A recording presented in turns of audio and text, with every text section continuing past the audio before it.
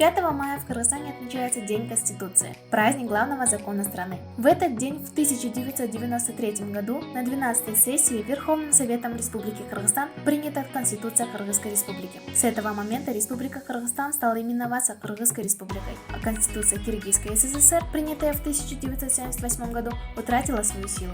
С момента принятия в Конституцию неоднократно вносились изменения и дополнения. Она кардинально редактировалась несколько раз – в феврале 2003 года, ноябре и декабре 2006 года и в октябре 2007 года. А в апреле 2010 в стране произошла смена власти, в результате которой к управлению государством пришло Временное правительство, которое решило написать собственную конституцию, провозгласившую в Кыргызстане парламентскую форму правления. Референдум о принятии новой конституции прошел в июне 2010 года, и сегодня именно она действует на территории республики.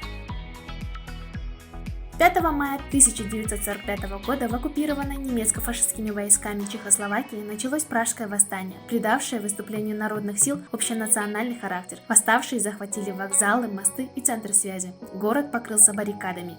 А 6 мая войска под командированием маршала Советского Союза Конева, имея ударную группировку из 10 тысяч танковых корпусов, 1600 танков под прикрытием 1900 самолетов, стремительно двинулись вперед. Так, 9 мая столица Чехословакии обрела свободу.